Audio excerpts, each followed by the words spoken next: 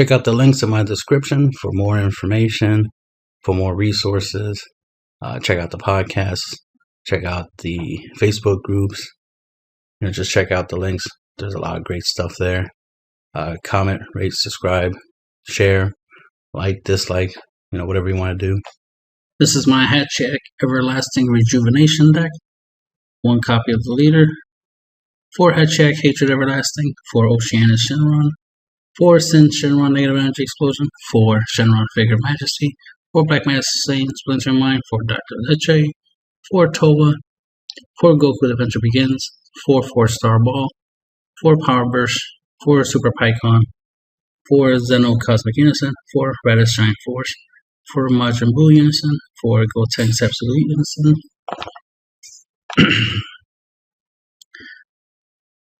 So obviously we are trying to utilize the rejuvenation ability of Super Pycon to help us, stay in the game longer, as well as just having more life than our opponent. So if you're playing with a time limit, if you have more life than your opponent, you win by having more life. So that in itself is a win con. But this also just helps you, the deck be more defensive by, rejuvenating your life, right? Making you everlasting, right? Then we have a Hatchhyack Hatred Everlasting for the purpose of recycling our 3 drops and 4 drops and our 5 drops, putting them back into the bottom of our deck. So that way we don't deck out, so it's useful against mill out strategies, decks that like to try to mill their opponent out. You can take advantage of being able to play this from our drop with a second active main by paying 3, choosing 3 black battle cards in your drop area with energy cost between 3 and 7. We have a lot of 3s and 4s and 5s.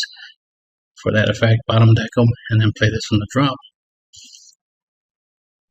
So of course we can use this to attack with, obviously take advantage of that.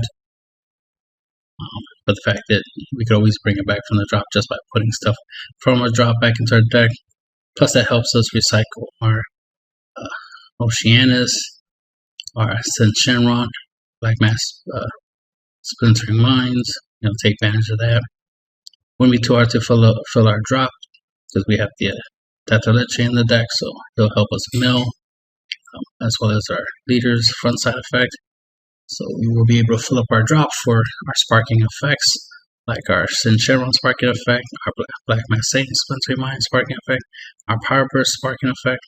So I'll make sure we have a maximum of 7 cards in our drop for our Splintering Minds. A minimum of 5 for our Shenron and our Power Burst, so we can use them. And obviously we have Oceanus for floodgating, also the ability to potentially mill our opponent out.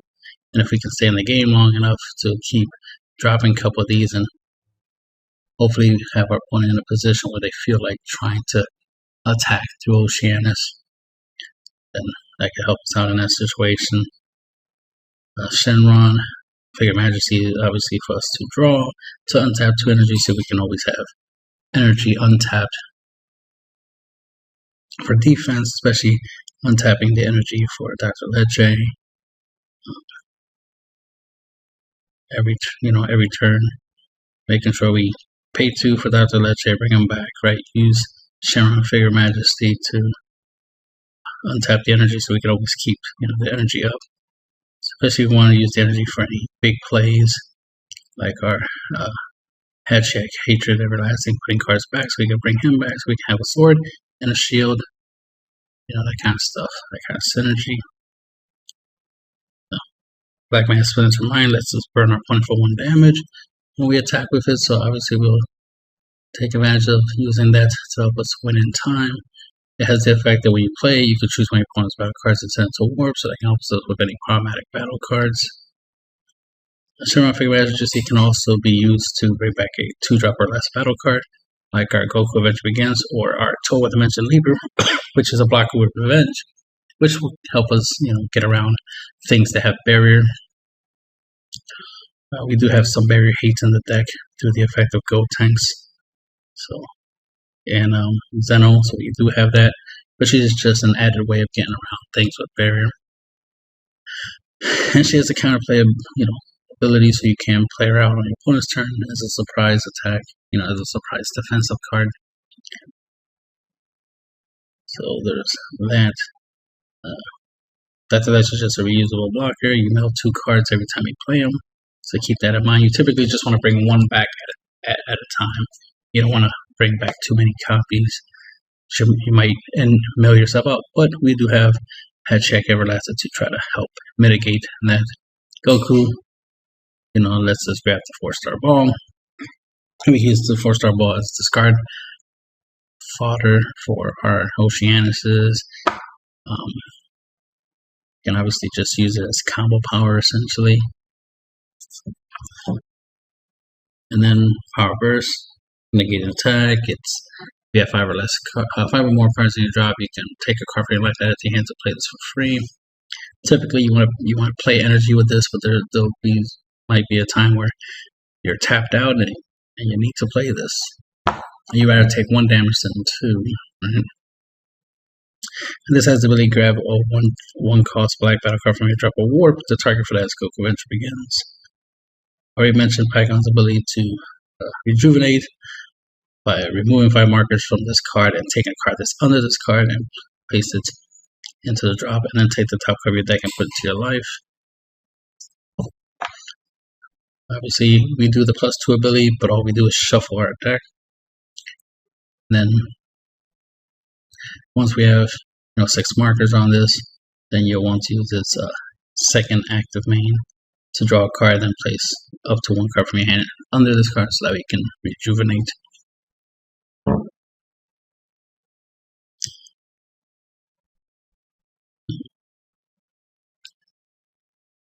Zeno, we mainly use it for its -5 active main to choose all opponent's battle cards, ignore barrier, and shuffle them back into opponent's deck. Gotta have a board right, Rapid Strike Force.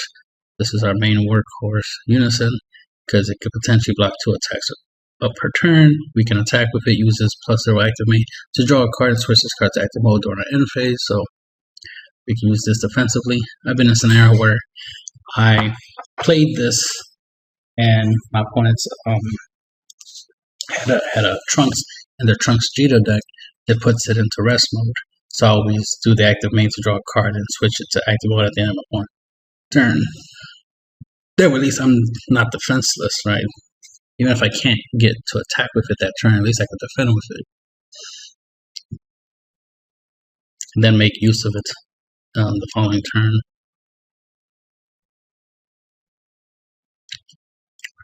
Boo, for his -1 auto to help us get rid of a battle card by bottom decking it. His double strike and his blocker skill. And also his +0 ability where it lets us draw a card and at the start of our opponent's turn we restand him. So drawing a card and having a 20k blocker is always good. The blocker with dual attack has a -2 ability to let's draw 2 cards, which can come in handy against hand control. Obviously, mostly all the unisons have some draw effect.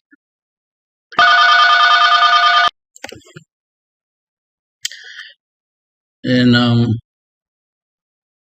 whenever we need to get rid of any problematic battle cards, we got the ability to choose up, ignoring barrier and place them at the bottom of our opponent's deck. And that's the end of the video.